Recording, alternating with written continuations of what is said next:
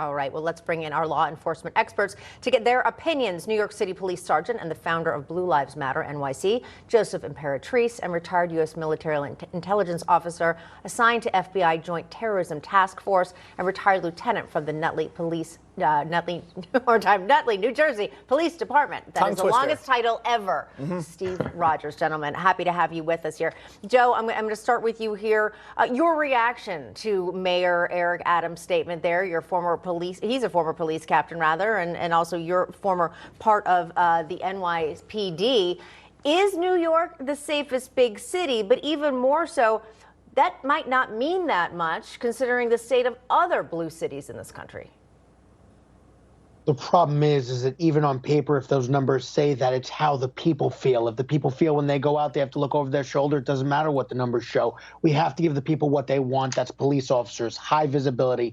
They want criminals to go to jail. Not only are police officers doing their job, but they want the DAs to hold up their bargain and keep the bad guys behind bars. That's what the people of New York City want. I mean, they don't feel like that is happening. Many big cities. I was just working in Philadelphia for the last 7 years. They feel the same way. I want to get to this here. Even Elon Musk calling out what seems to be obvious in this post on X about recent assaults. He says failure to prosecute crime in New York allows violent criminals to assault women at will. Steve, I think this emboldens criminals here, everything we're discussing. Hey, look, Eric Adams, and let's add Joe Biden to this story. They have created an environment across this country that favors criminals and hurts law-abiding citizens. And by the way, and I know you're going to get on this topic, the idea that Joe Biden didn't show up at that officer's funeral is disgusting, but I want to say this. I'm glad he didn't go. Him and Adams are responsible for the crime escalating not only in New York, across the country. Cops were beaten in that city a few weeks ago, and now one was shot and killed. So you know what? Let them stay in their little political cocoon. And as my colleague Joe just said, give the cops the things they need to protect the people and themselves. Joe, I'm going to continue on Steve's point there. What do you believe that NYPD cops and even cops around the country, what do they need to get these cities safe again?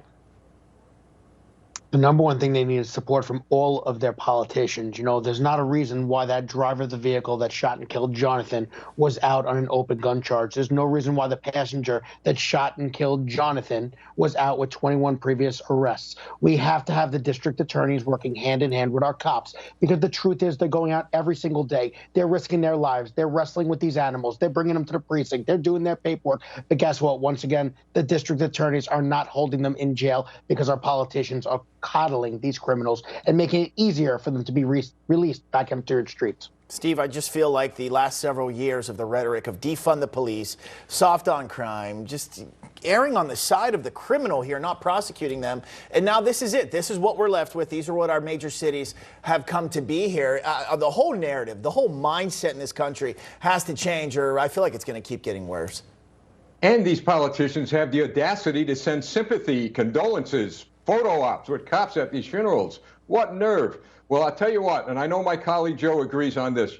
We urge the people, you know how you can best back the blue?